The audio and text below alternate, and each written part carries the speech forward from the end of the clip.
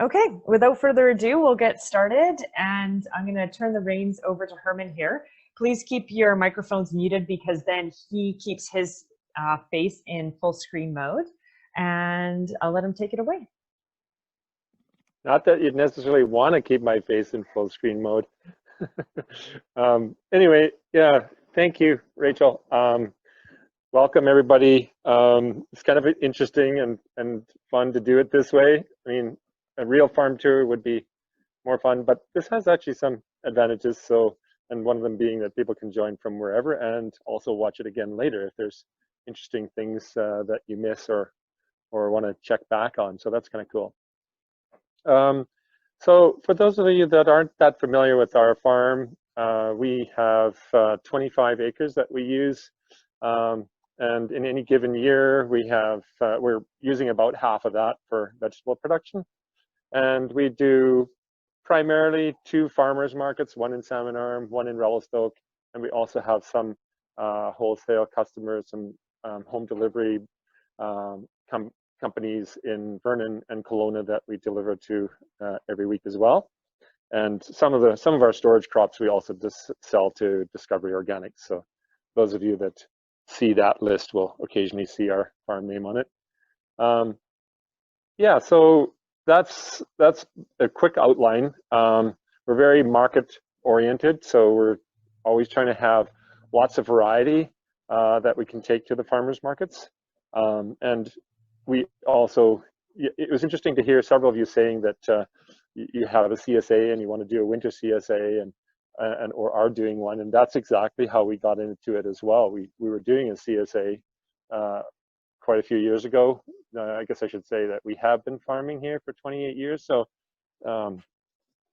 we've been doing, yeah, we did CSAs for a while. Now we've just gone back to farmers markets again. Anyway, yeah, the CSA was what kind of got us into it because our customers would tell us, well, they'd like to have some more stuff in the winter, right? And so we said, okay, yeah, we'll set aside a little bit, and then it just kind of grew from there. And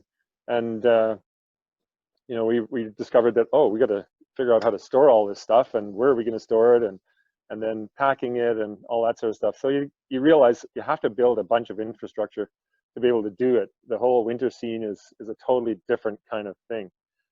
So yeah, we started off with a really small 12-foot by 12-foot cooler.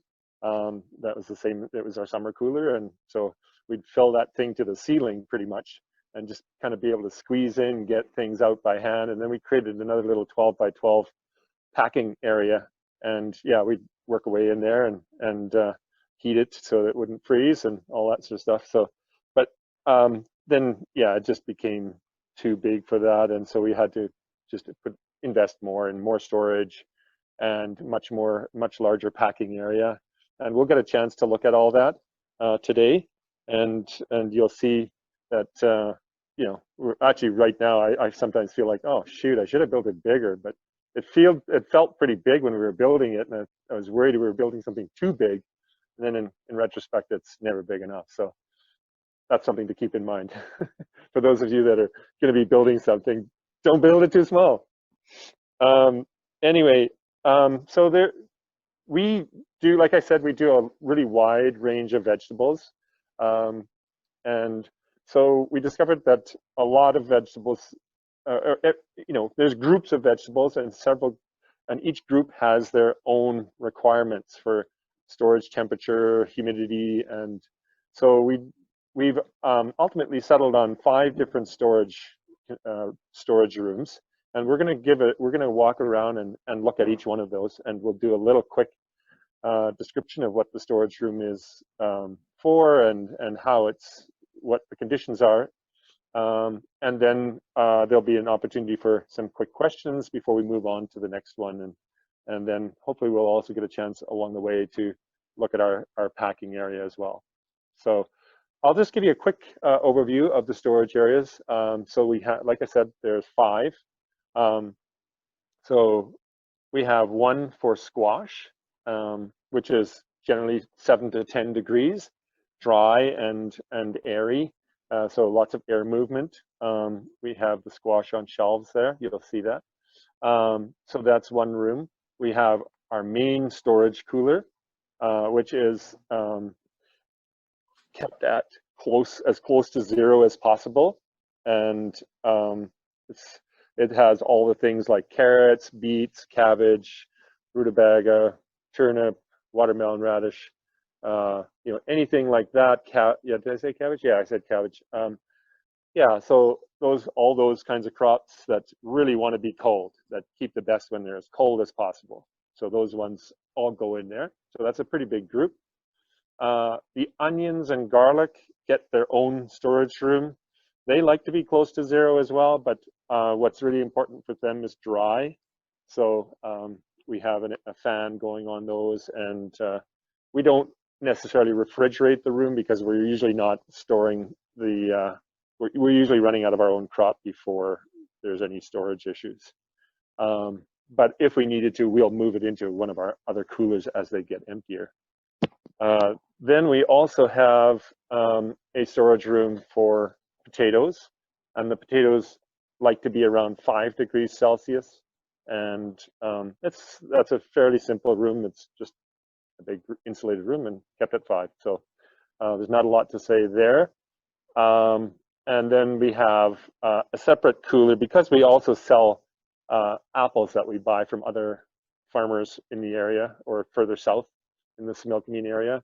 We have a dedicated apple cooler because apples, and that's kept at zero as well. But apples and pears particularly apples, give off ethylene gas, which affects the storage of other vegetables or other produce. So we don't want to have the apples together with our carrots, for example, because ethylene makes carrots go bitter.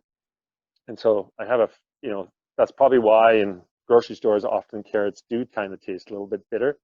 They probably didn't come from the field that way, but along the way they've been stored with ethylene producing fruits, and so they take on that bitter flavor. Anyway, so we have a dedicated cooler for that. And then we have one final cooler that's just, I know that's number 6, but it's not really a storage situation. It's just a working cooler where we sort of go in and out, and whatever we're working on, we store it in there. And it's not quite at zero, it's just above zero. Just because we're going in and out of it so much, you don't want to have it too close to zero because it'll ice up. Anyway, I think what I'll do is start wandering around over there, and you guys can follow me along. Up until now, I've just had the phone parked on my truck cab, so I didn't have to hold it the whole time because my arm was getting sore. Anyway, this is our main entrance to the packing shed. Actually, if you want to take a look, this is part of our.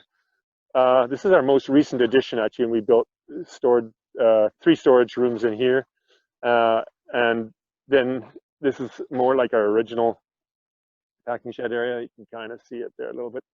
It gives you a bit of an idea from the outside. Yeah, so we'll just go in and take a look at the first room, being the squash storage.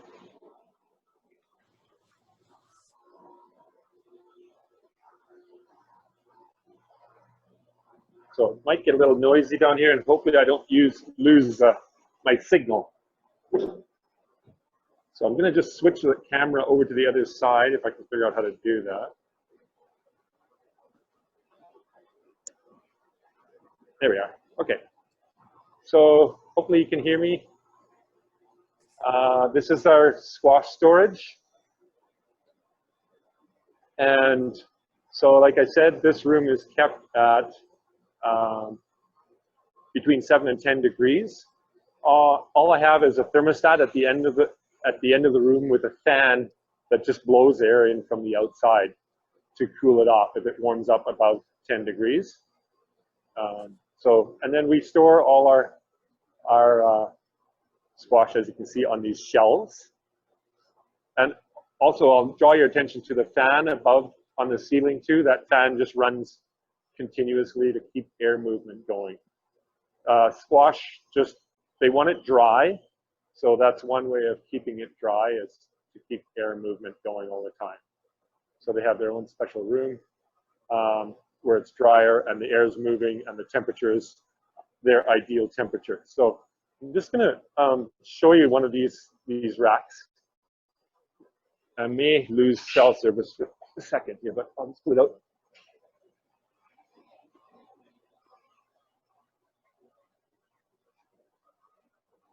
So I built these shelves on pallets so that I can move them around. So I'm just pulling it out and then we'll have a little look at it. It's fairly easy to do. Just take an old, a good solid pallet, put it on the bottom, and then build these shelves all up from there. You can see that the plywood gusseting is what keeps it from falling over. And it's a great way of having shelves, but not having to, having to move all the squash over there. So what we do is we take these shelving units and bring them outside. And when we bring the squash up, we can just load it all up right there. And here you can see what we stand them up. We want to be careful not to have any damage occurring. You don't want these sharp bits here poking another one, because that'll be a place where it'll rot. Invariably there is rot. Squash is always a bit of a marginal thing in our area. And some more up here. So you'll get this. Here's a classic one. Here's one going bad. So even if you do give them ideal conditions, doesn't mean that they're going to necessarily store. We throw out way too much squash, in my opinion. But yeah, there's not much we can do about it. It's just that it's kind of, this isn't the best growing area for squash. They just don't get quite ripe enough, I think. And so then they don't store as long as if you were growing them in someplace like Cache Creek or somewhere where it's warmer and a longer season. But one other thing we do to help, that's supposed to help, I've never actually done a test to see if it makes a difference, but we do try to cure our squash. So when we bring it in, we bring all the squash into that room that we saw earlier, and then we turn up the temperature. Well, actually, with the exception of acorn squash and pumpkins, they don't want this, the curing treatment. But all the other squash types do like to have the curing treatment. So you heat that room to 30 degrees for a week, and with lots of airflow. So it really tries to kind of help finish off the ripening process that doesn't happen in the field, like if you were growing them in Texas or wherever they grow them, California, they would ripen in the field. They'd get that 30 degrees right there. But we don't get that. When we're harvesting them, it's more like 3 degrees or 13 degrees at the most. So it's not exactly the best conditions for squash. So we do try to cure them by doing that, bring the temperature up to 30 degrees for a week. And then they mostly do well. Some varieties do better than others. We find that the spaghetti squash does really well generally. The butternut's not that great. It's a longer season one. So you can get maybe to into February, maybe early March, and by that time there'll be lots going bad anyway. So that's kind of the limit of storage. Maybe the spaghetti will last a little bit longer, but even with the measures we're taking, that's the best we can get. Anyway, let's go back and take another quick look at the room, and if there's anything if anyone has any questions about the squash room, Matt, fire away.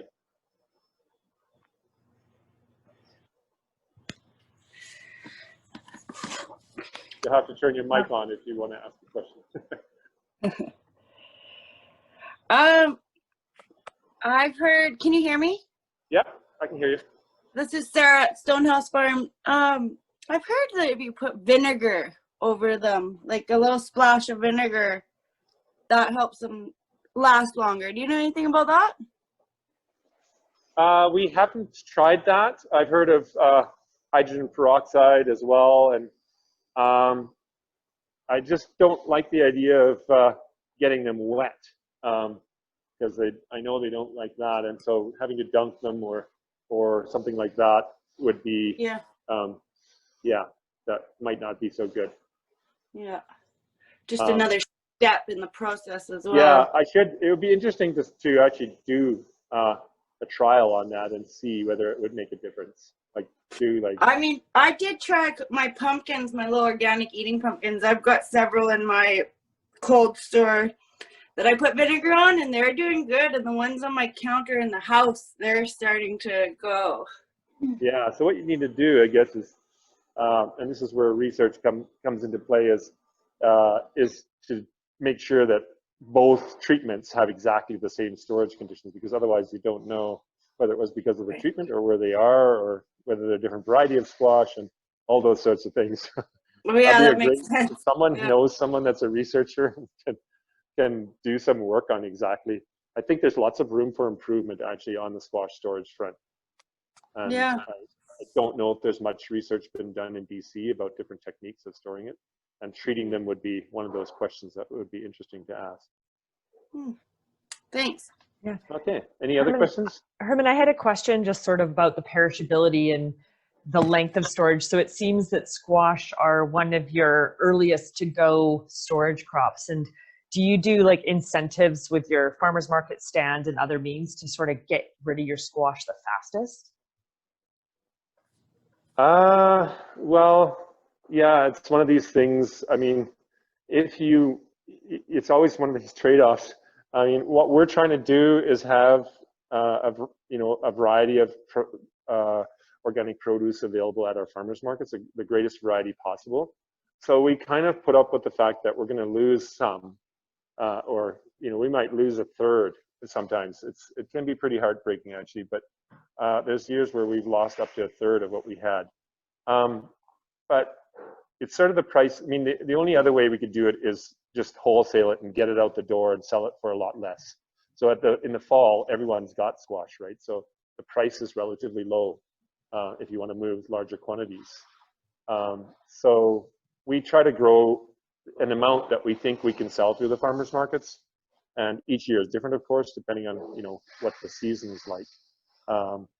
And if we do see that some squash isn't keeping so well, we will try to sell it to one of our home delivery companies, and just do without that variety. But yeah, we do kind of, because of the fact that we want to try to have this variety, we kind of take into account that we're going to lose some, and we charge a retail amount for it all the way along, so that we hope over the average it kind of covers those losses a little bit. Yeah. Yeah, well, that's really interesting for me to hear, just because every crop is different in terms of your business planning, and that you sort of work that loss almost into your business plan so that you can keep with your mandate, which is to have a large diversity of vegetables available throughout the winter. So yeah, we try to balance those competing desires, I guess. Yeah, we did have a question in the chat box just asking if you ever considered doing like value-added processing of your squash, like roasting chunks and freezing, or any types of that value-added processing, or if that would just be too much effort for return. Well, we every now and then I think about it briefly, but then I realize I don't still have the energy to do that, so Yeah, it gets ruled out really quickly. I mean, it's just, yeah, I'd just as soon grow less of it, I think, if I was, but yeah, it is a shame to throw some away. Sometimes we'll sell squash that's cut too, so we'll cut off the bad part and try and sell the rest. So we'll try to do that. But yeah, that is a possibility. You could do that, but then you have to have the energy or the labor to do it, and then I don't know if there's all that much money in it either. Like there would have to be some, you'd have to then recover all that labor too, right? In addition to what you put into the squash. So if there's a market for it, and if people are wanting to buy it, sure, we could do it, but yeah, we haven't. Good idea though. I have a question. I was wondering what's the longest you would keep it? Like, will you still keep it into February, March, April? Yeah, so some varieties will keep longer. So for example, acorn and pumpkin. So acorn and pumpkin are ones that won't keep past December. So we try to get those out the door first. And then we'll be looking at our other varieties and how well they're keeping. And, you know, I'm noticing that some of our butternut isn't keeping so well. So we're going to start looking for ways to sell it more quickly. Whereas the spaghetti is keeping well. So we'll probably have that into March for sure, I would think. Whereas the other varieties will sell before, you know, will either sell or rot before that. Yeah. But I mean, it's not just the fact that they're not rotten, right? Like I've had squash that looks fabulous the following June, but it doesn't taste good at all. It's not, it hasn't, Yeah, it's not well, rotten. It hasn't gone bad and it's not rotten. But when you want right. to go and eat it, it's not very good. So how do you Yeah, know so when June might be pushing it. Well, you know, most squash, if you look at the literature, it says that it should keep, you know, some of those, not acorn or pumpkin, but some of the other squash should keep for 5 or 6 months. So, you know, if I'm going from September, then yeah, March is the 6-month mark, and that's as much as we can expect, really. Yeah. Okay. Herman, Yeah. one Anything past question. that. Yeah. One question about how do you keep that room at its temperature? What do you use to do that? Okay, so yeah, so that room has a fan on a thermostat. The fan is to the outside. Let me just see if I can put that back on here. Yeah, so if you look at the very end of the room there, I'm not going to go in because I know that there's a dead zone of Wi-Fi in there. But there's right up at the ceiling, there's this brown spot. Anyway, that's the fan outside, and it's connected to a thermostat. So when the temperature, like right now, because the door's wide open, the temperature's gone up to above 10 degrees. So the fan is coming on, blowing air from outside that's 1 degree into the room. So that's basically, it's a very simple system. And at the top right, there's a little exhaust so that when I close this door that I have here for the squash, close this sliding door, then the air from the fan will go out the top and it doesn't come into my main packing area. Thanks. Does that answer the question? Yep. Great.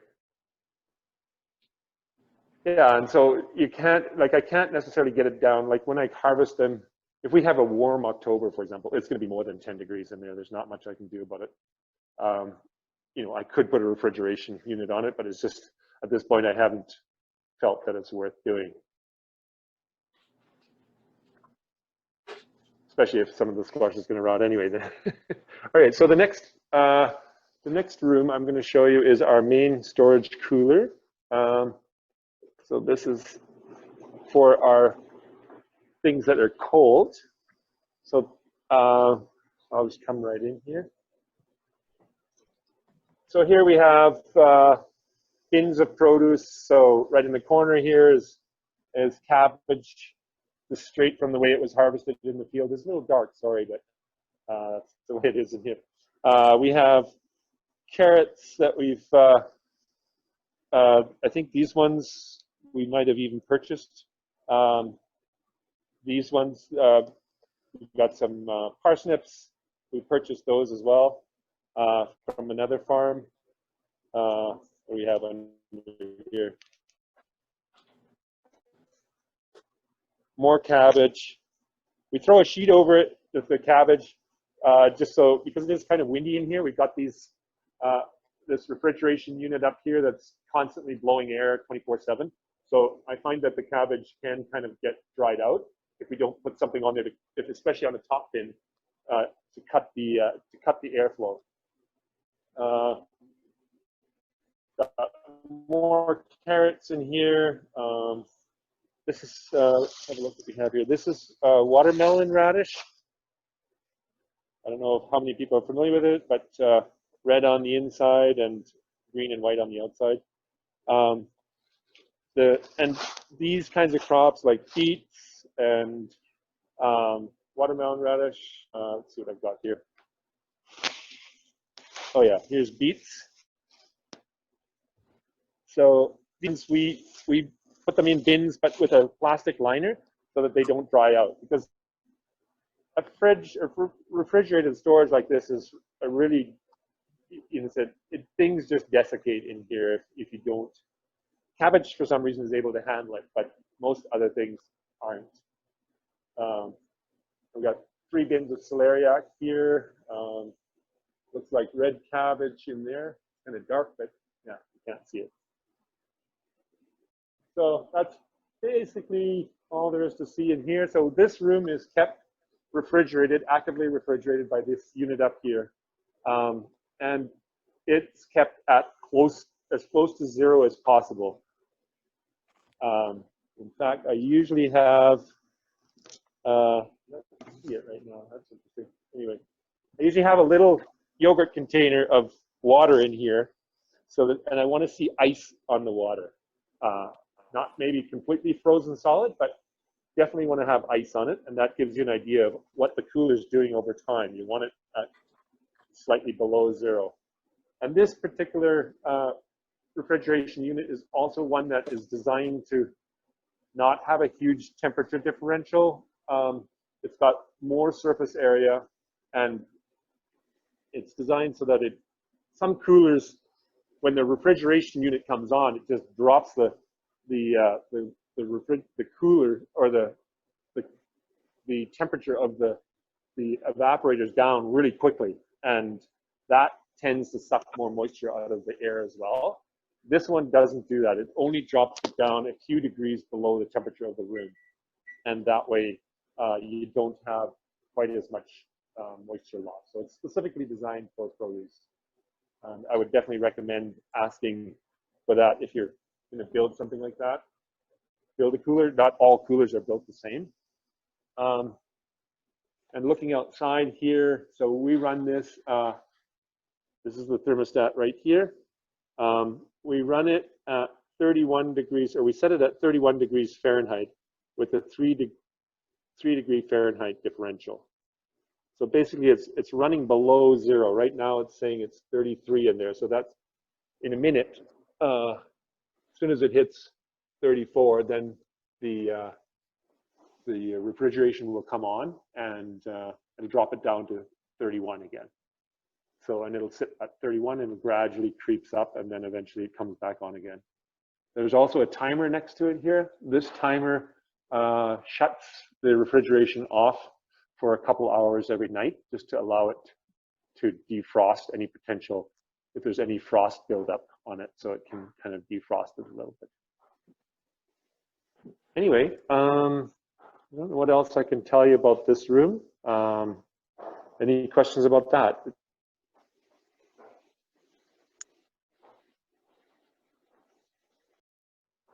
Just one. Go ahead. It's about whether you manage the humidity at all. The only way we manage the humidity is with, like I was mentioning, the plastic liners for the produce. And you saw some of the carrots there. They're kept in plastic bags, perforated plastic bags. There's no need to add moisture, though, I guess. No, we don't add moisture. Okay. Yeah, that would be another way of doing it. But generally, on a small scale, I think it's just a little too complicated to do that. I haven't really seen a really good way of doing it yet. So we just went with this way, and same with the cabbage. We just use the sheets to kind of control the moisture a little bit so that they're happy. Yeah. But that's a good question, and I have looked at that. There are definitely larger scale coolers that would do exactly that, that are kind of managing the humidity at the same time. But it's a tricky thing, because if you're adding humidity to a room that's really close to 0, you know, you're going to really be, it's challenging to keep that cooler from icing up. So if the moisture is in the air, whereas we're keeping the moisture in the bin. Right on. Thanks. And so, you know, it's not so much in the air. Is there another question? How well insulated are the walls? Okay, that's a good question too. Yeah, the walls, I didn't even think of talking about that. Yeah, we built, this whole building was purpose built, and you can see part of it is storage here and workspace. And then there's a whole row of two coolers and this washroom. And the basic construction is a 2x6 wall, and that's insulated with fiberglass insulation. And then for the coolers, we added 2 inches of styrofoam on the inside as well. So that would give more, extra insulation. And the floor also has 2 inches of styrofoam in it, so that you're not kind of refrigerating the ground. And then the ceiling, we've gone with spray foam in the rafters, so or in the trusses. That there's spray foam all around the trusses, and so yeah, it's kind of built right into the building. Another way of doing it would be to buy a cooler that you could just insert, like build a shell, and then buy a cooler that you could just insert. So that, that's another way of doing it. We just opted to do it this way because we were putting up a building from scratch. But if you had an existing building, you could put something in. Yeah. One thing I would say about what I made a bit of a mistake when I built this. I don't know if we can actually, if I go in here. Yeah, so you can see, if you look behind me here, these bins are stacked 4 high, and they're right up at the ceiling, and that is not a good idea. I should have had at least another 2 feet above that. Should have put the ceiling 2 feet higher, rather than cutting it so fine, because it's just really hard to work with that little bit of space when you're lifting and moving bins around. And also, of course, what I didn't think of when I was designing the building was that this thing hangs down, this refrigeration unit here. It's on my left shoulder. It hangs down, and it's really scary not to hit your light bulbs. There's the other thing that hangs down, and your refrigeration. So I easily should have gone at least 2 feet higher for 2 bins, and that was really irritating that I made that mistake. But it's too late. I build another one. I'll definitely keep that in mind. So yeah, that's something to keep in mind. And we use sliding doors just because it's easier. They don't use space in the building for opening, so you can just open and close them by sliding. And the doorway is 6 feet wide, so they're at least. I had built doors before that were only 4 feet wide or 4.5 feet wide, and it's just too tight, even though the bin's only is less than 4 feet. You want to have space to get in and out without having to worry about hitting the door. So go with a bigger door. 6 foot is a good size. Any other questions on that before we move on? No, I just wanted to say thanks, Herman. I think for myself, I learned that the crops that you can kind of control the humidity of themselves by keeping them in plastic. And yeah. I know for a lot of farmers, the war on plastic is a difficult one. And so it's interesting to see where people are able to not use plastic, but some instances where it's almost necessary for that type of crop. So yeah, that was great. Yeah, it's pretty hard to get away from using plastic. I mean, we use it on our greenhouses, and we use it all over the place, right? And my thinking is that what we really need to do as an industry is figure out a way of keeping that plastic out of the landfill. So find a way to reuse it or remanufacture it into something else. Mm-hmm. But it's pretty hard at this stage. A lot of our harvest boxes are plastic. In fact, all of ours are anyway. I mean, you can definitely use wood and it works fine, but these boxes here, we use them for harvesting. We use them for going to market. And they're super durable and, relatively light stack. So this way they're stacking here in this stack. And then if I turn them around, that way they nest and this way they stack. So when they're full of produce, they don't squish down on the next one with this produce in it. So there's plastic everywhere. Right? Every time you turn around, there's plastic. We use shopping baskets at the market, so there's another plastic basket. We use Rubbermaid tubs as well. Again, lots of plastic.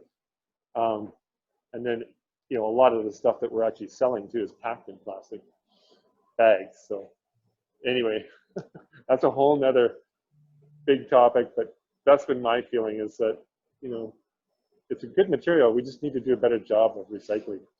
And I think we can. It should be infinitely recyclable. Anyway, anything else before we move on to the next cooler? This is kind of fun, Herman. What's behind door 3? Okay. Here, I won't even say anything. I'll just go in and you'll see. Let me just see here. I'll switch the camera. Okay.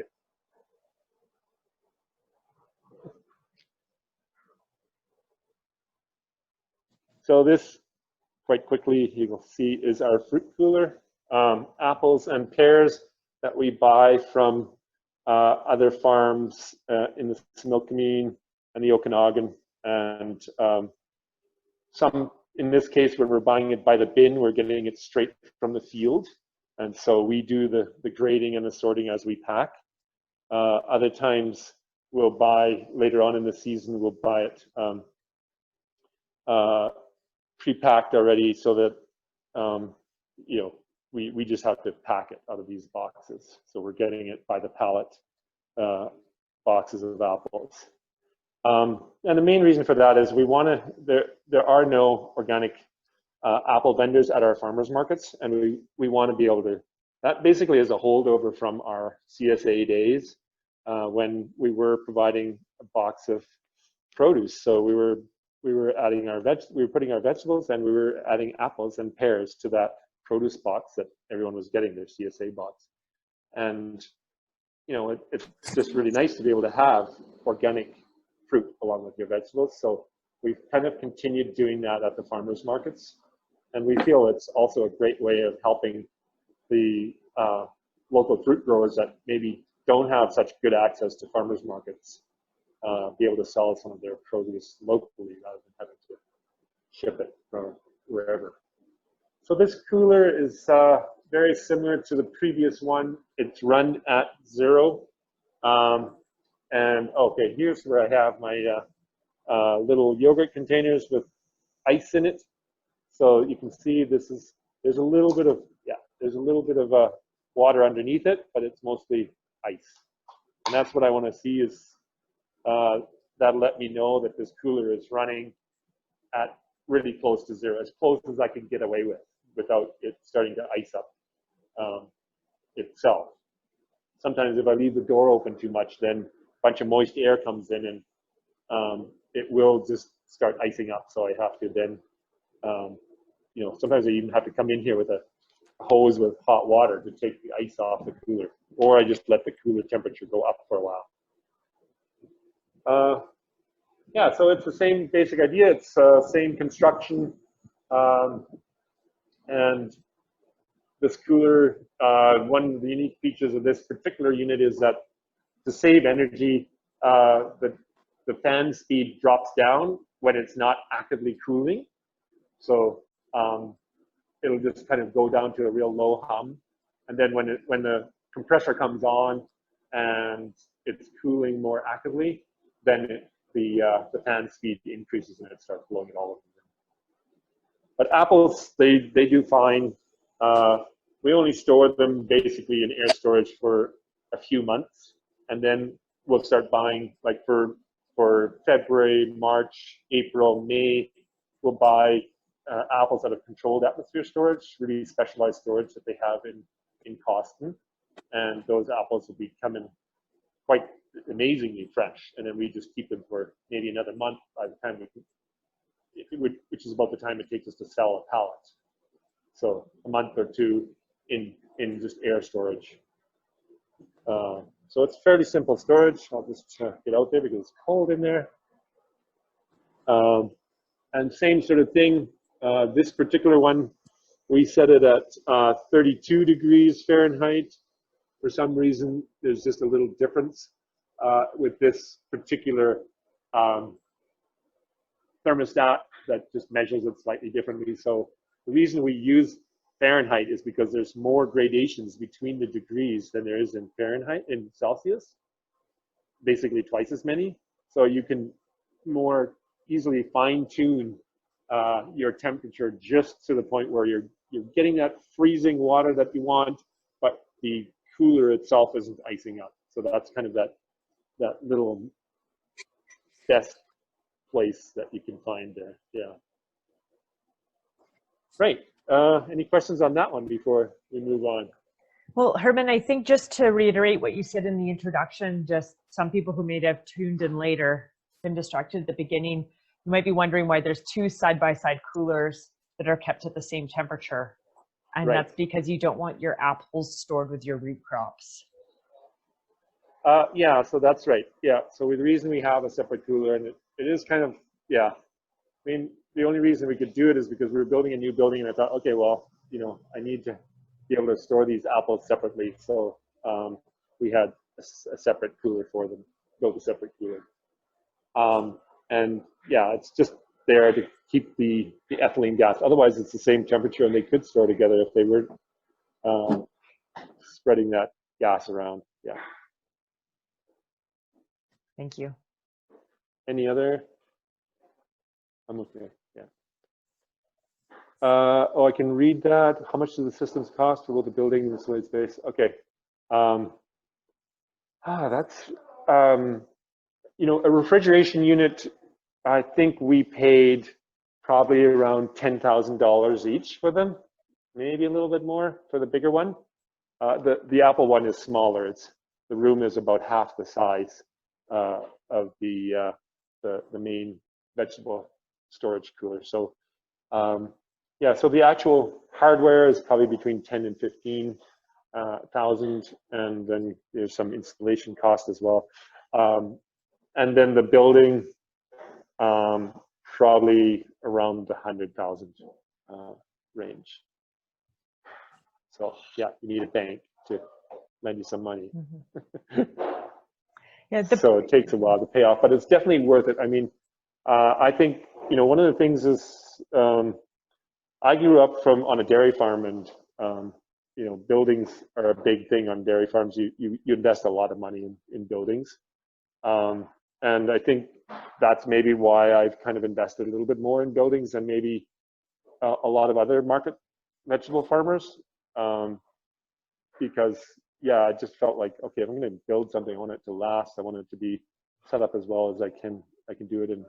And sure, it costs you money, but in the end, you're much more efficient if you can set it up in the way you want it. And one of the things, you know, when being able to move bins, of course, is having a concrete floor that's smooth, and you can roll your bins around on really quickly. Yeah, you can see it there.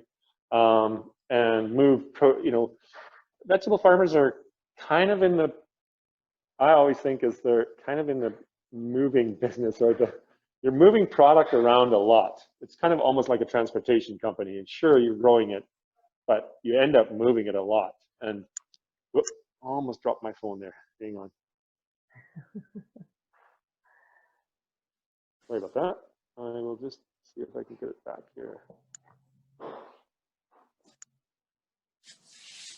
There we are. Okay, sorry, almost dropped my phone. Yeah, so I feel like you really want to pay attention to how much you have to move things and set them up as efficiently as you possibly can, because yeah, once you start having to hand move all this stuff, it really gets to be tiring fast and hard on your body and everything, especially when you get into volume. So yeah, you're always looking at trying to have things set up efficiently. Yeah, any other questions on anything we've talked about up until now? I think we had a comment that I missed that from Ava to make us also feel better about the plastic, saying that researchers say that greenhouse gas emissions used for plastic to preserve food and prevent food waste is less than the emissions from rotting food. So don't stress it too much. Yeah. So that's a nice statistic for the day. Yeah, exactly. All right, I will move along. I'm just going to go into our main packing area. So I'm just going to switch the camera over and put my mask on because there's going to be, our staff is working in here. So don't want to get too close here.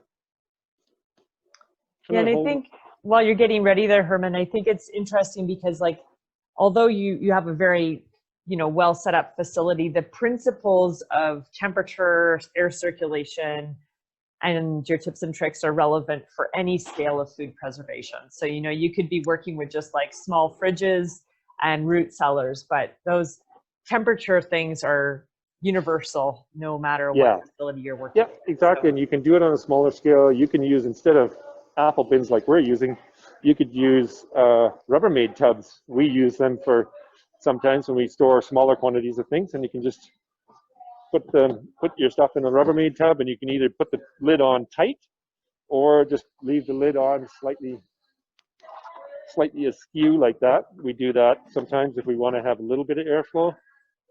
So you can stack those up like that. So there's lots of different ways of doing it, but the temperatures are the important things. Is you want to have the right temperature. So just looking over here, this is our staff here is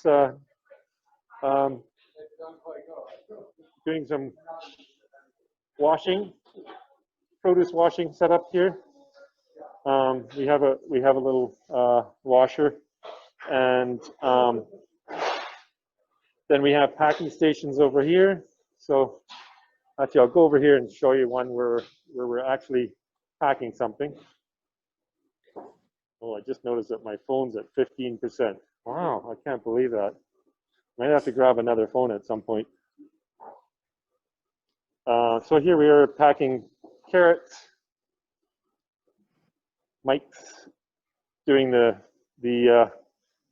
we're sort of grading and packing them at the same time. So we're pulling them out of our bin. These are some of the last of our own carrots, and then packing them into smaller bags for smaller carrots and larger bags for larger carrots. So the way we have it set up, we have the main box here that we're packing out of, and then we can set up 2 side-by-side boxes, and he's got 2 over there next to him. And depending on, so he can pack 2 different sizes at the same time. So that's a really handy way of, often we do that, we'll pack and grade at the same time, and so that way we can just pack into these boxes at the same time and have two different grades or 2 different sizes or something like that, 2 different colors even sometimes. And we can work it in the reverse too. Sometimes we'll say, okay, we got yellow beans and we got green beans, and we want to pack a bag that's mixed yellow and green, so we can just set up a box of green beans here and yellow beans there, and then pack them together across the scale. So we got your scale sitting there and your twist ties, and into a box here. And then from there, the box goes down onto, we've got these rolling pallets that we've built. So they're just smaller pallets than a regular pallet, and they all have wheels on them. And we can just put them down on the concrete, and then as soon as we have finished packing a box, it goes onto one of these right away, so that we then don't have to pick it up and carry it anywhere. So from there, once we've packed it, it goes from we roll it into the cooler over here. This is our working cooler right in here. So everything that we're working on is kept in this cooler. And like I was mentioning before, this one is not quite as cold as 0, but it's definitely a refrigerated storage. And we just park our rolling pallets in there. And then when we go to market, there's actually another door on the other side. I'll just go over there. So you can see it's a fairly good sized space. Try and get a view up high here. So there's 6 packing stations and 2 wash tables. I didn't even go and look at the wash tables yet, but anyway, on this side there's a cooler, another cooler door here, so we can just pull things out of the cooler from this side Again, it's on a pallet. In this case, this is going to Discovery Organics. But lots of times for farmers markets, we'll have our rolling pallets back there. Then straight across the hallway is the loading dock for our truck. So then we can just roll it straight onto the truck, and take it to market without having to lift it at all. So as soon as we finish packing it, we never touch it again, or we don't lift it again until we're at the farmer's market. And even this truck has a power tailgate as well, so that it can lower the rolling pallets to the ground, and then we can roll those pallets on the street or wherever we are at the farmer's market. We can roll it right behind our market table, and then the next time we pick up the box is when we put it on the market table. So that's what I was talking about earlier with respect to. Hope you guys can hear me. I'm away from the other crew now, so I'll just switch. Hang on.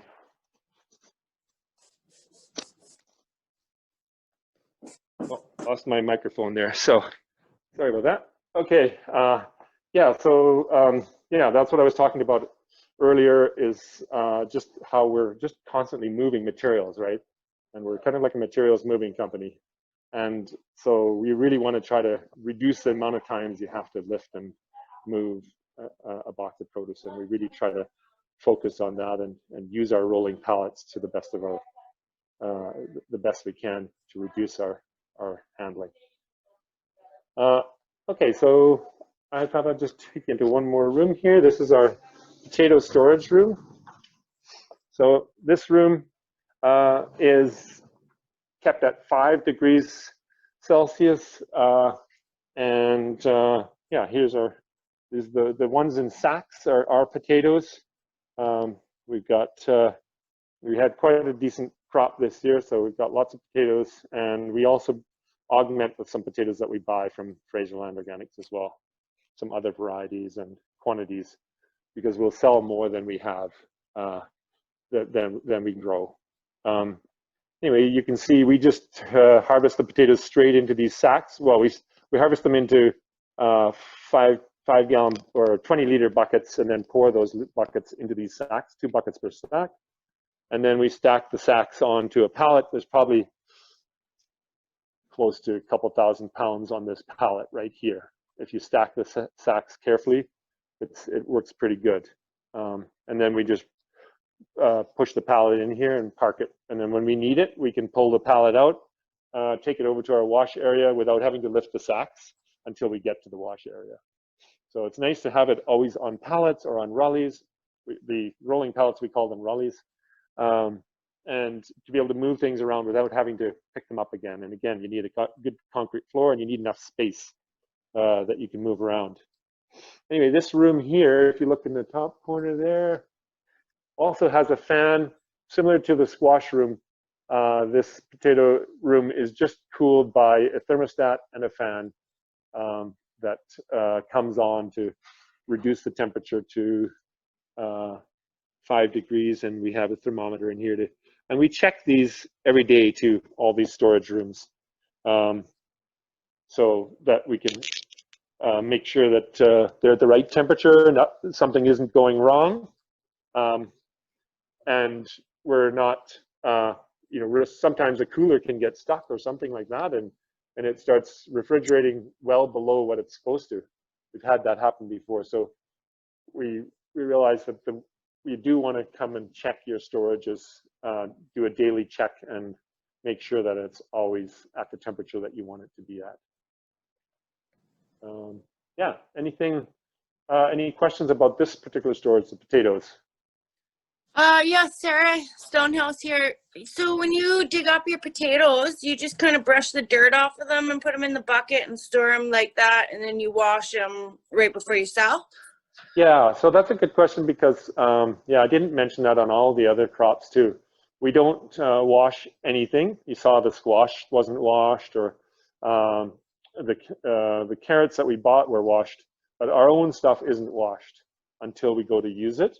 And same with the potatoes. We don't even brush the dirt off. I mean, it just goes in the bag. We just collect them and put them in our bags as they come from the field, really. So there's quite a bit of dirt in there still, and that's fine. Well, I mean, you know, you're not harvesting potatoes when it's muddy generally. So let's take a look here. I'll just open one sack and we'll take a look at what the potatoes look like. But yeah, I mean, there's a little bit of dust kind of on them, right? But that's fine, right? That's not going to introduce any kind of mold or anything when storage? No. Oh, no, you can have lots of dirt in there. The dirt isn't going to create an issue, I don't think. You know, it's dry. It's fairly dry in here too. You know, it's a little bit more moist than, let's say, here's another one. Yeah. So this is a red, but is this a red? No, this is a Glinda. But you can see, there's just, you know, we'll wash these before we sell them. Yeah. I don't know if you can even I've got all mine put in straw like that, but the straw maybe is not even really necessary, you think? Obviously. No, you don't need straw. No. Definitely not. No. That straw would just get in the way for washing or handling. So here's a red potato. Yeah, you can see it's got, you know, it just needs to be washed. It's not very dirty. They pretty much come pretty clean when you're harvesting. Usually we're harvesting middle of September, and our soil is usually pretty good at that point. And then when we have it washed, so here's some that are washed. Yeah, these ones are not the greatest. Actually, I should just switch the camera around here. These red ones are actually some of our culls here, because that's why they're all kind of misshapen. Got some all blue potatoes or purple potatoes. If you're familiar with those, yeah, and see what they're nice now. They look nice and clean. We just ran them through the washer, and here's the Glinda, the German butter. They're really beautiful. They're really fabulous this year. It's really like and we happen to have lots of them too, so it's just nice. Yeah, but when they were washed, they just come a little bit cleaner. In Europe, they sell potatoes unwashed, so it's just here where everything needs to be washed nice and clean. So it's a bit of extra work, but you know, we wash them, then we let them dry. We have a fan actually that we can put on the stacks of boxes here. It's a little dark, you can't really see it. There's another stack of boxes here, and these are all filled with potatoes that have been washed and are drying, and then as soon as they're dry, we'll pack them. Right on. Yeah. All right. Any other questions? Are potatoes the only crop in that room? Yeah. So potatoes are just they're just special. They want their 5 degrees, and they're the only crop that wants 5 degrees, or does the best at 5 degrees. I thought and there also happen to be a crop that uses a fair bit of space. I mean, it's something that you can grow quite a bit of, and so, I mean, you could store other things in with it if you didn't need to store them at ideal temperature, or you didn't need to store them quite as long. But potatoes just like that 5 degree temperature. Yeah. I thought, and that's where root cellars are actually really good for potatoes. I think root cellars are not that great for carrots, although, you know, people do store them there, but they just won't store as well because it's actually a little too warm for them, because root cellars will be kind of in the 5 to 7, maybe even 8 degree range. And so, yeah. And then the problem with root cellars too is that you're usually carrying stuff up and down some stairs unless you have some level entrance root cellar. And so root cellars are good for home storage, but, you know, for commercial storage, you do need to have a higher quality standard. Oh, I can see my phone's about to die. I'm going to see if I may have to grab another phone, grab Louise's phone or something, and I may end up going missing here for a bit. Okay. Well, do you want to go? We can talk and walk while you go find Louise's phone. And yeah, we still have one more storage to see, right? Your onions and garlic. Yep, that's right. Okay. Yeah. So that's how we can keep people on the hook if you vanish for 1 and second. Just general questions at the end, I guess, would be nice. Yeah. Sorry about that. I didn't think of it that it was 75%. I'm surprised that it's decreasing, maybe because it's relatively cold in these rooms that I'm going into. And yeah. Yep, any other questions on that? Storage? Well, no, now we're gonna go look in your fridge and see what's. Yeah, you're gonna get a tour of the house. Well, we were talking yesterday, Herman. It was neat watching you walk to your house because I was like, oh, he's really close to home. Oh, he's gone blank there. He's frozen. But yeah, maybe his phone is dying. But kind of a blessing and a curse having his farm and storage facility so close to his home. Oh, and you're back. Yeah, well, no, it's still surviving. I'm just gonna try and sorry about that.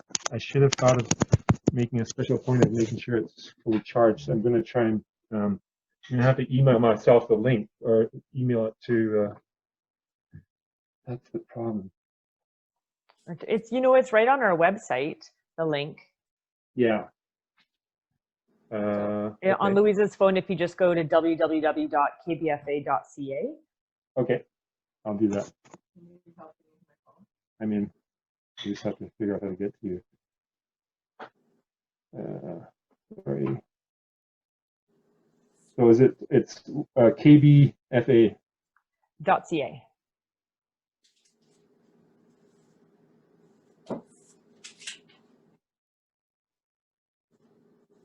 And then if you go to events, it should be the first event listed there. All right. So I've got news and events. Okay, that's what you want to do. Yeah.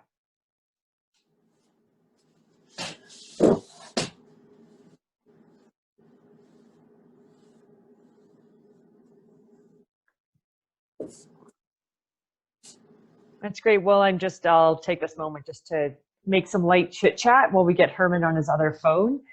There's still 20 people on the call. Only Kevin Murphy had to go because he had a different meeting. So I think everybody is gripped by the overall tour so far. And it's been, fascinating just to see the intricacies of so many different, purpose-built coolers for specific crops. And like you mentioned, being a commercial grower, there's the need to have just that much more specificity for individual crops. But, I know even in my own, Fletcher raised his hand.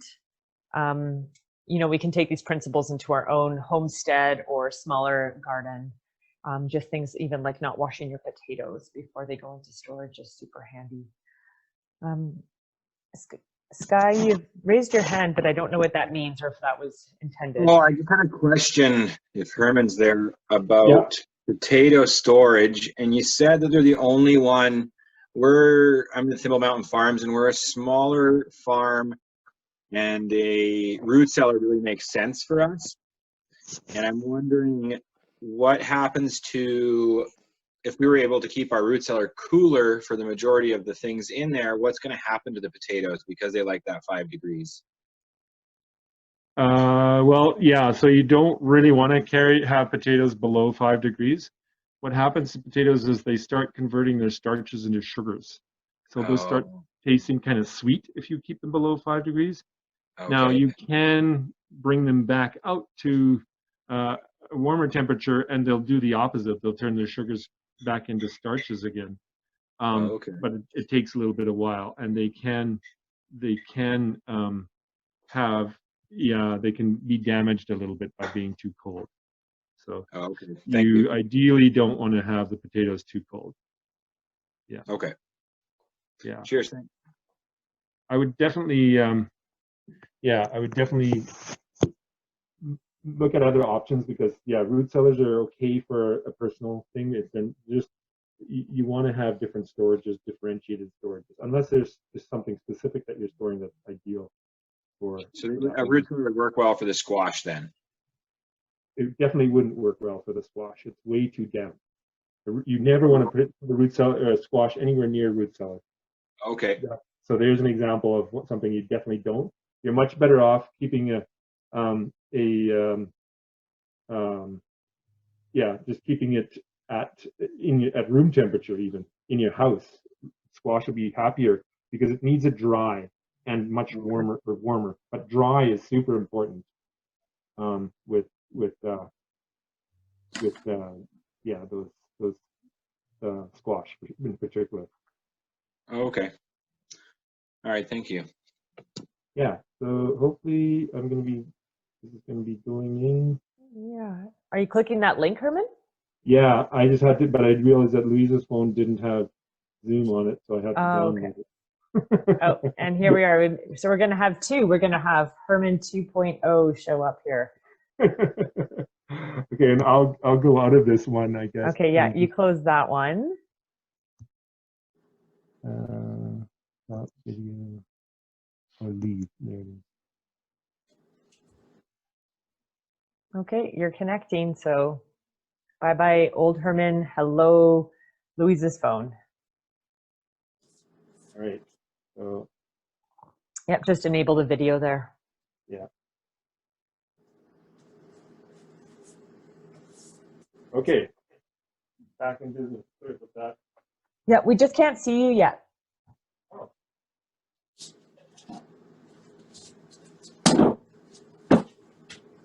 Unmute. Oh, I've there got you are. video going. Okay, there we are. Okay, good. Okay. Yeah, so some vegetables really react. Some are tolerant of not having ideal storage conditions, and some are not tolerant of that. And so squash is one of those ones that really you want it dry. It's got to be, and that's why we have a fan. I think I showed you the ceiling fan in the squash room, moving air around continuously just to keep it dry. And we have the same situation in the next room that I'm going to show you. And that's for the onions and garlic too. They want it dry.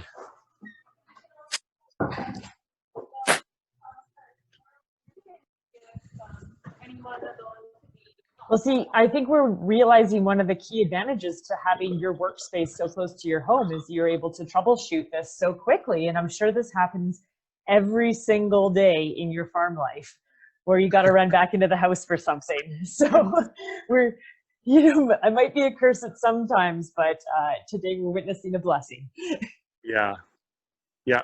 Okay. So now I'm going to just put the camera on. Hope it works the same. Here we are. Okay. So this is our onion storage. Oh, hang on. Trying to get the light to come on. There we are. Okay. Again, so here, yeah, we got a ceiling fan moving air around continuously, and this is our onions and garlic, and same with the garlic. We have an actual fan right on the garlic here, doing nothing but blowing air on the garlic. These boxes also have garlic in them, so that we have maximum airflow around those. They just do a lot better if they're kept dry, and so that's the primary thing here. Ideally, they like to be close to zero as well, and for most of the winter, they're, well, it's, what is it in here? Let's have a look. It's definitely above zero. It's almost at 10, but yeah, we try to keep them. We'll let it go down to zero, and then we'll apply heat if it gets colder than that. But yeah, we can see we've got them on pallets, so there's maximum airflow around them. We also put the onion sacks, we leave space between the stacks so that we can get air flowing between them. And yeah, like I said, their most important thing is they want to be dry. And we don't store them that long, so we don't have to worry about the temperature that much. If we were wanting to, because these are not even our own onions anymore, because we had an onion crop failure this year, and so we actually are buying onions already to be able to provide onions at our markets. But normally we'd have these sacks of our own, and we would probably go through them by end of February or something like that, and then anything beyond that, if we wanted to keep onions well beyond, let's say, March or something like that, we'd probably have to refrigerate them and keep them dry as well. So, but because we know that we don't grow, this isn't a great onion growing area, so We don't grow that many onions. Yeah, Herman? it's basically just an insulated room just to keep it from freezing, and yeah, it's kind of right in our packing area here. So, and we usually just leave the door open. Even it's just, like I said, we don't have to actively cool it, so we don't worry about it too much. Any questions on that? I've got a question for you, Herman. Do you do anything in the onion room or in any of the other rooms to reduce humidity?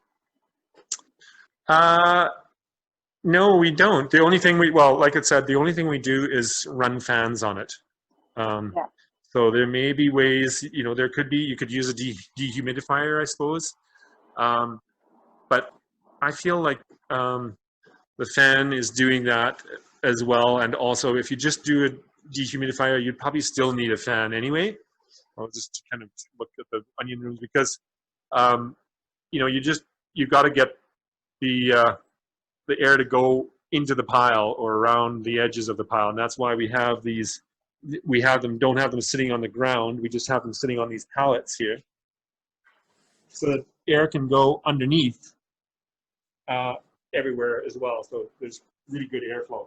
And if I was building this any bigger, if I was building these stacks any bigger, I'd maybe even lean pallets against the wall and then put the onions against that, so there'd be airflow behind the onions as well. So that's been our strategy. It's possible that if you did a dehumidifier, it could work as well. But you probably still want to have a fan as well. We have another question, Herman, from the chat box. If you could share your process for curing onions. We don't cure the onions. They generally, because we're harvesting them in August, late August generally, they're pretty much curing themselves, or they're dry enough. Oh, and actually I could go into a bit of detail on that. That just reminds me, and I'm glad you asked that question. Because you remember our squash racks.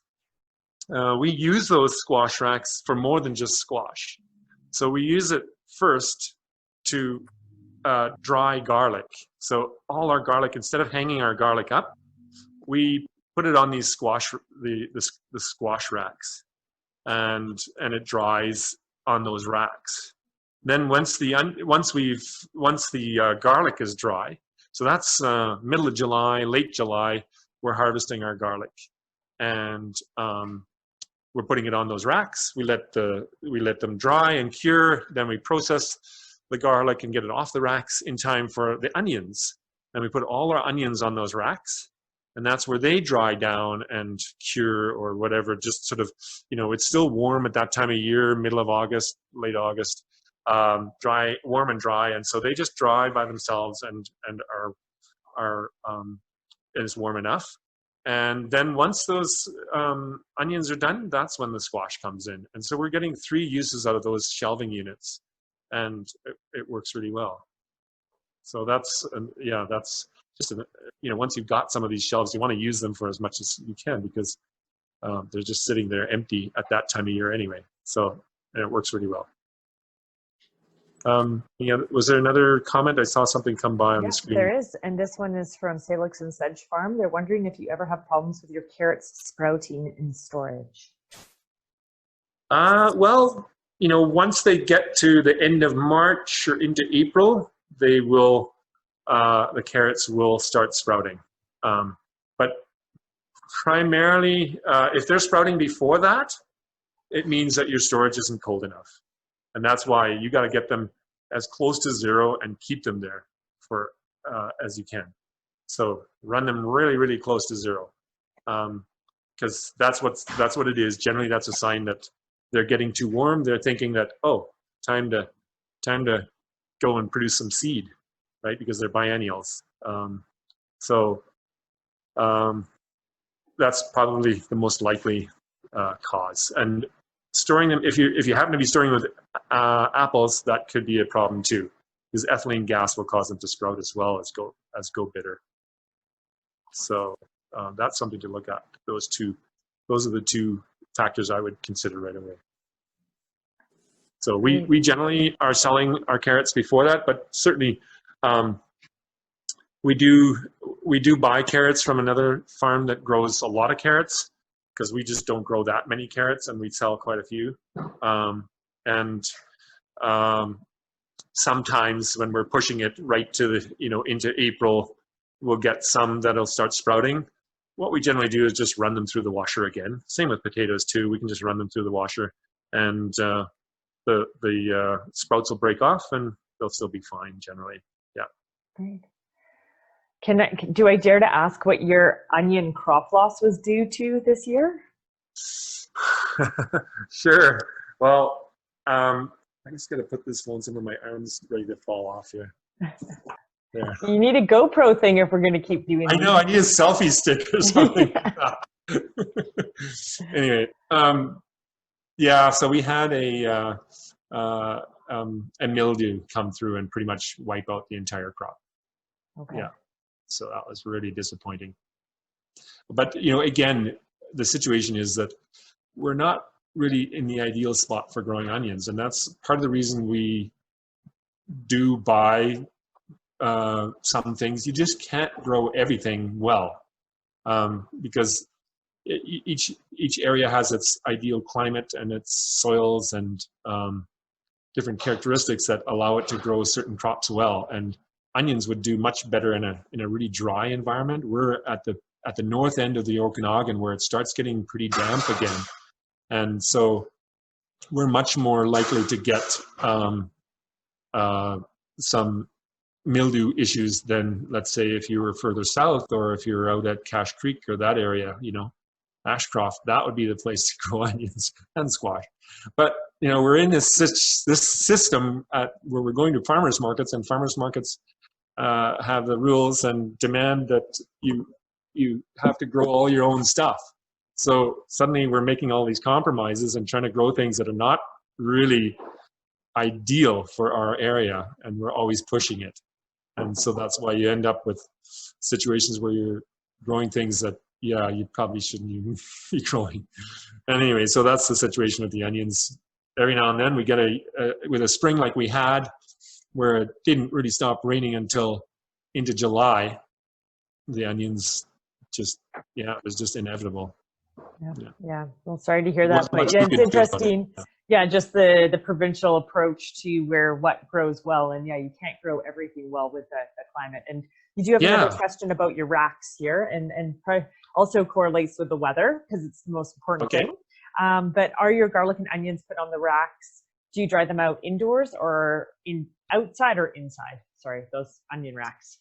Okay, yeah. I usually use the same room actually as we did. Yeah, I'll do it indoors.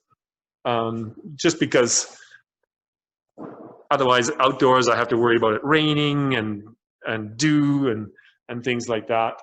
It becomes a real problem. So I just do it indoors, and I have my fan system that seems to move air dry, and if the air is fairly dry at that time of year generally, and so it works. It may not be super ideal, but it works well enough. Great. And can we see your root washer? Yeah, sure. That one's from Settle Down Farm. I think that's from Ann and Ahmed, who I believe was Ahmed who worked on your farm about, I don't know, 5 years ago or something. Correct me if I'm wrong, Ahmed or Ann. No, that's not accurate. No? No, we worked for a couple that worked for Herman and Louise. Oh, okay, gotcha. It was a second. Once removed. Gotcha. Well, okay, so I'll just turn the camera around again. Oh, not having it locked in. Okay, here we are. Okay, so this washer is, I'll look at it from a distance first here. It's on wheels, so we can move it into position. And it has a water bath. So the bottom part, there's water in the bottom part there. And then inside is a drum that turns. So we'll go and take a look inside. I don't know if you can see that very well, but Yeah, we can see. There's a drum. Yeah, there's a drum here that turns. I'll turn it on and then you can see it maybe. And then coming out the other side, the vegetables come up a little conveyor and then they drop onto our wash tables here. And these, so we have a little bit of foam here just so they don't hit the wash table too hard. And then we can kind of grade and give them one more rinse, and then we run them into this little unit that we can use to, we put our plastic bags on these 25-pound perforated plastic bags, and then the produce just rolls into it. Anyway, I'll just turn on the washer. So this is the conveyor, and this is the washer part of it. So you'll see the drum turning around in there.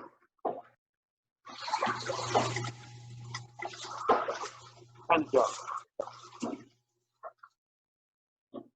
anyway, it just there's a little bit of water in the bottom of the drum, and gradually, as the vegetables roll against, they just kind of roll on top of one another and keep bumping into one another, and that's how they get washed. And then when they're washed, once they're washed, you can open a gate at the front. The gate's open right now, but yeah, there's a gate that's closed. And then when you let it down, the vegetables coming out, they go up this conveyor, and then, like I said, drop on here. We have a sorting system here. This is our wash table that we use for everything pretty much. And you can maybe see it over here a little bit better. So underneath there's a little pan that directs the water into our drainage ditch.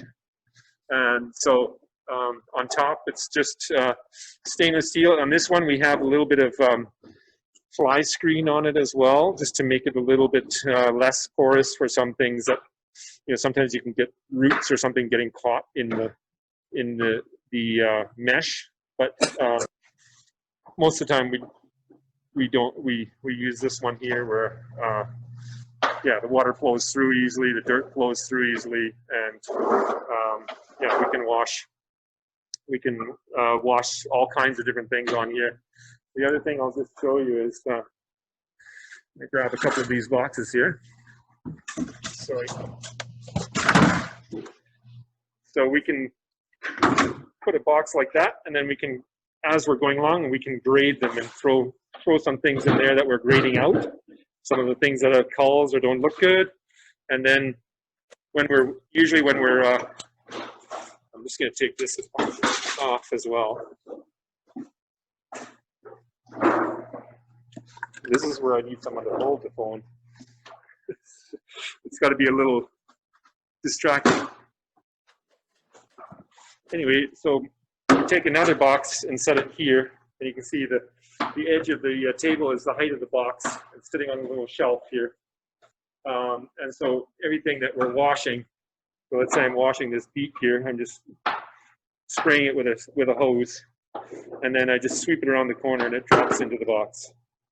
And then this box goes onto our rolling pallets, which we would have sitting right here, and then gets rolled over to a packing table over here and would get packed into different bags or stuff like that. So that's the general thing, and the washer just adds another element. If we're doing larger quantities of things like roots in particular, we just run them through the washer because it's faster. And like I said, there's a water bath in there, but and this is how you clean it out. There's a lid that you can open here. This lid, you can open that up, and all the mud and the dirt that's in the bottom and the water would come out, and you can wash it away or put it on the compost or whatever. Okay, we have a skill testing question for you, Herman. Okay. How many pounds of root vegetables can you wash per hour? Oh, I don't know if I've actually measured that ever. Yeah, usually we're I'll just leave the packing area here. Usually we're washing and packing it at the same time. But I would think that, like, we just did two people washed 2,000 pounds this morning in about 3 hours or 4 hours or so. Yeah, I think 4 hours. Let's see, they started at let's say 7:30, 11:30. Yeah, it's actually, yeah, 4 hours. Wow, incredible. And so they washed and packed 2,000 pound pallet of roots. So it does definitely help. You can do it by hand, but you know, it would take a little longer. And the washing job is a little bit better than you would do by just spraying them off. They come a little bit cleaner because they rub against one another, right? Whereas if you're just spraying them off with a hose, there's always a tiny little sheen of soil still left on them, a little bit of a dirt layer. It's not huge, but just a little bit. And that can make the difference sometimes with the way they look. Things will look a little bit better if they're cleaner. So yeah, it definitely helps when you're doing a lot of roots. You can do them pretty quick. I mean, the bottleneck is more like, what do you do with them after they come out of the washer? You know, if you're packing them, the packing process usually takes longer than the washing process. And these ones this morning were packed in 25-pound bags. I showed you that little wooden thing that we have that just enables us to pack. It just attaches to our wash table, and it makes it so that we can roll them straight into the bags and not have to sort of pick them up again and put them into the bags, you know, manually. Yeah. Great. And there's one more question here about the process of where things go. It says, and this is from Naomi at 4 Beet Farm in Pemberton, can you feed roots into that washer directly from the large pallet bins, or do they need to get transferred into the smaller bins first before going into the root washer? Yeah, so that's a great observation. And yes, we unfortunately don't, in order to go straight into the root washer, we will need to invest in a bin dumper and also a conveyor to lift it up into the washer. So what we're doing right now is that we transfer our roots to our boxes, our green boxes that we're using. Here, I'll just come and take a look here. So yeah, this is what we're doing right now. Is you can see that we're packing them into. We're trimming these roots. And often we have to trim them already anyway. So that's part of the process, is that we're trimming them. So these rutabaga were all kind of. I'll pull one out. Yeah, so you can see before we wash them, we trim them up a little bit, and then they'll go into the washer. So we do. If you took them straight out of the bin, you'd still have to trim them. So that's some things you could pour straight out of a bin and then onto a conveyor. So this just means more equipment and means more space that you need in your packing shed and things like that. So it's so far we haven't gone down that road. Someday we might, if we do more. Actually, what we can do is, since we have some of these roots, Ashley, would you mind throwing some of these into the washer? Do you want to put a box or two of these in the washer? So we're just going to do a little demo here, since we've got some roots that we're washing anyway.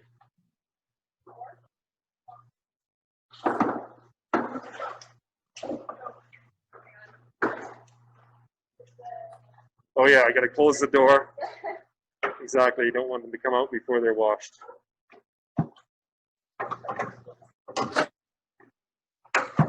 I'll hold it up.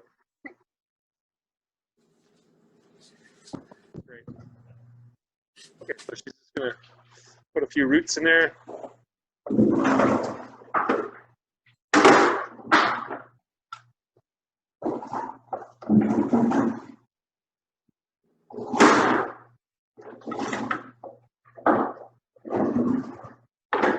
So these roots have all been trimmed and sized for. There, that's great. Thanks. And we'll just watch them. So here you can see them rolling around, getting washed. And it doesn't take long. They're in there for maybe 5 minutes at the most, and then they're washed.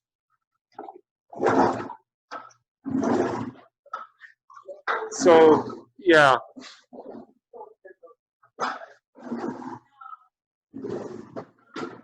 There, I'll just leave the noise of the packing shed there. So yeah, the question was whether we have the technology to take it straight out of the bin, and yeah, we don't. It would be great, but for some things we have to size, like sort them by size and trim them prior to washing them anyway. And so we end up just doing that work as a separate step and then putting them into those boxes. And then once we're ready, we start washing them. And the washing process goes quickly then. Fantastic. And one more question from Sky. Is there no issue packing roots when wet into plastic bags? It depends on the root. So we find that there's no real issue for rutabaga, carrots. Most roots don't have an issue. If you're putting them into 25-pound perforated bags, they can go in wet, no problem at all. They'll dry out as they sit there. Beets, sometimes it's nice to give them a chance to dry. So we will often insert a step with the beets where we put them into our green boxes, park them in the cooler overnight, let them dry out a bit, and then put them into bags the next day. Potatoes also don't want to be too wet when you pack them. So we dry those before we pack potatoes. But a lot of the other root crops like carrots and like I said, rutabaga, watermelon radish, celeriac, they just go straight in the bag. Turnips, another one. Yeah, they're fine. Okay, fantastic. Yeah. So are there any sort of more general questions? Anyone have anything before we, I don't know what the time is. Are you looking at the time? Yeah, Rachel? it's 1:45, so we've been going for an hour and 45 minutes. So we're right on track. Yeah, we're doing well. Yeah, this has been absolutely fantastic. You know, and I can imagine that people are going to digest this a little bit and probably have further questions, which they can always email you or me or call and just get in touch to keep the conversation going. I know, Sure. Herman, you and I were talking about doing a greenhouse propagation virtual field day potentially in March, and maybe getting more farms to participate so we could have a few different tours going at the same time. So like your farm and somebody else's farm, and, you know, we could do maybe 4 farms all in the same Zoom session. So if people think that's a good idea and they know a farm that they want to participate in such a thing, that would be great. But overall, I think, you know, what I'm seeing today with your facility, Herman, is you're sort of leaps and bounds above a lot of us here in the Kootenays, but all of your efficiencies we can all take something from what we saw today and incorporate it into the farming systems that are happening here today. So it was really fantastic, and it's worth 1,000 words to see it in action. Yeah, it's always, I always find too, it's interesting to see it, and you pick up various things. And I think one of the things I'd point out to or remind people is that you know, we've been doing this for a long time, and so, you know, not to feel like yeah, you need to have this right away. We started off with no buildings, working totally outside. Yeah, we didn't have a cooler, we didn't have anything, and when in the first year, and yeah, it was challenging, but you know, you didn't have that much stuff, and you could kind of get away with it. Sometimes you could harvest stuff the morning of the market and stuff like that. But you know, now, you know, it's just, once you get larger volumes, you got to have a good solid concrete working space. You want to have a building that you can depend on, especially if you're thinking of doing stuff in the winter. You want to have working conditions that, you know, that you can work in and still be productive, and not have to worry about freezing or whatever. And so then you start looking at it, and especially if once your markets become a little bit more assured, and that's, I think, one of the things that we've benefited from it over the years. We've kind of realized, we know that we can sell X amount of produce, and so that helps us then make an investment, say, okay, if we spend $100,000 on or more on a storage facility, that money is going to come back to us eventually. We will be able to make those payments, and then you can say, okay, yeah, let's make sure we build these things well, rather than kind of just building with what you can afford that particular year.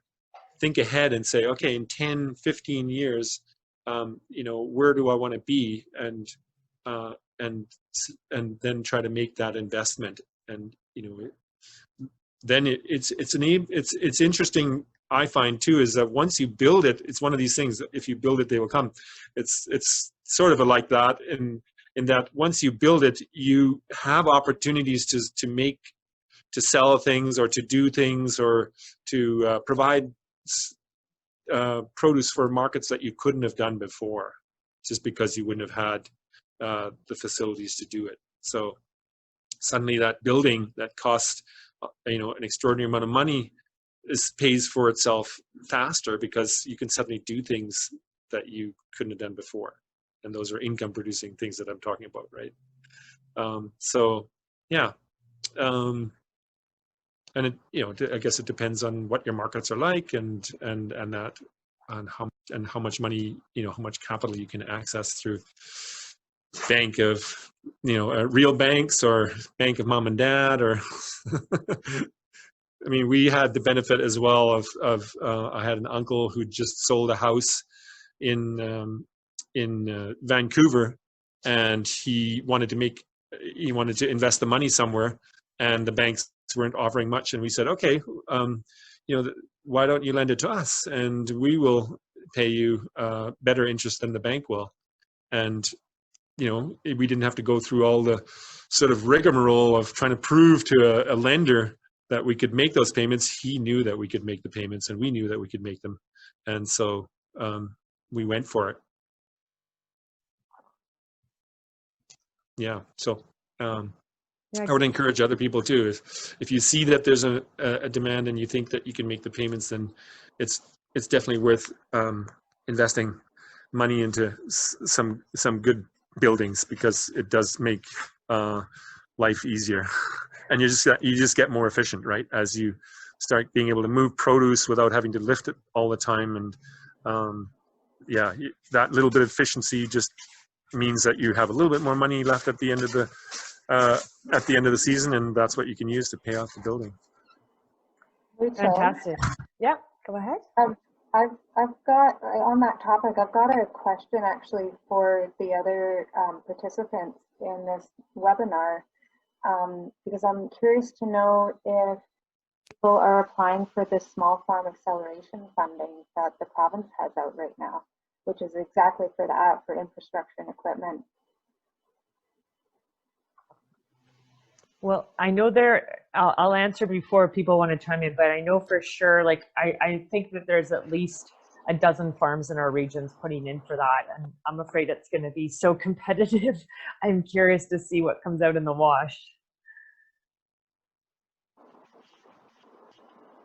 Yeah, that's always the challenge, is, finding a lender that can, lend you the money, because vegetable farms like ours are not like dairy farms. If you had a dairy farm, the bank would be coming and knocking on your door and asking you whether there's something that you could use some money for. They'd just love to give you some. But that's not the situation for vegetable farmers, and certainly not organic market vegetable farmers. And so, yeah, the biggest challenge is, where do you find access to the capital? I think a lot of times that the farmers could pay off things, but they just can't access the capital because lenders don't feel like they can understand the risk, and they think it's too risky. So yeah, that's where it really helps if you can access money from someone, or someone, some source that can understand that risk, or is willing to take it. Mm-hmm. Yeah, and I think Ava was referring initially to these grants that have been made available by the Ministry of Agriculture for small farms, specifically for infrastructure grants. And the application intake is started yesterday. And so, yeah, I'll be really curious to see the response from the ministry after that granting experience, to see how many people applied and if all the money was used, and, or if there was like a request for like triple amounts that was allocated. We will all see very soon. Yeah, I'm really curious because they didn't give a whole lot of lead time. It was like a few weeks to prepare, and they want a full business plan, which I know is a heck of a lot of work, but it still seems like a really great opportunity to get cost, especially looking at your operation, Herman, and seeing what can be done with some infrastructure, knowing that like if you can improve your efficiency and also like your storage, you know, if you can keep more of your crop because it's stored better, it's totally worth applying for. Yeah. Yeah, no, it's great. So I'm gonna tie things up here, Herman, and know that this is recorded, and I'll send this link out to all the participants tomorrow with the video recording. I'll upload it to YouTube so that it's like an easy platform for everybody to share, because there was 60 people who registered, 20 people showed up, and I know that it will get shared far and wide. So this is extremely valuable, and the comments are flying in, thanking you for sharing all of your knowledge and information. It's really amazing to have an experienced farmer like you who's willing to take us behind the scenes and share all your tips and tricks. So the gratitude is, you know, above and beyond from all the local farmers in the region. So thank you so much.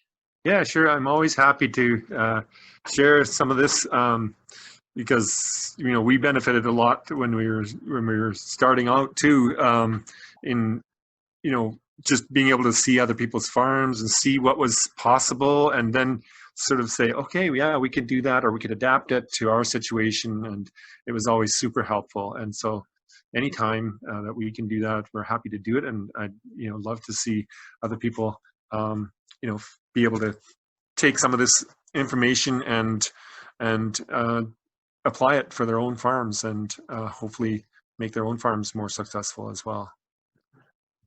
Great. Well, without further ado, we'll stay in touch and potentially plan that other tour for March. Right. Happy farming. Yeah. Happy holidays. Right. Thanks, everyone. Bye-bye.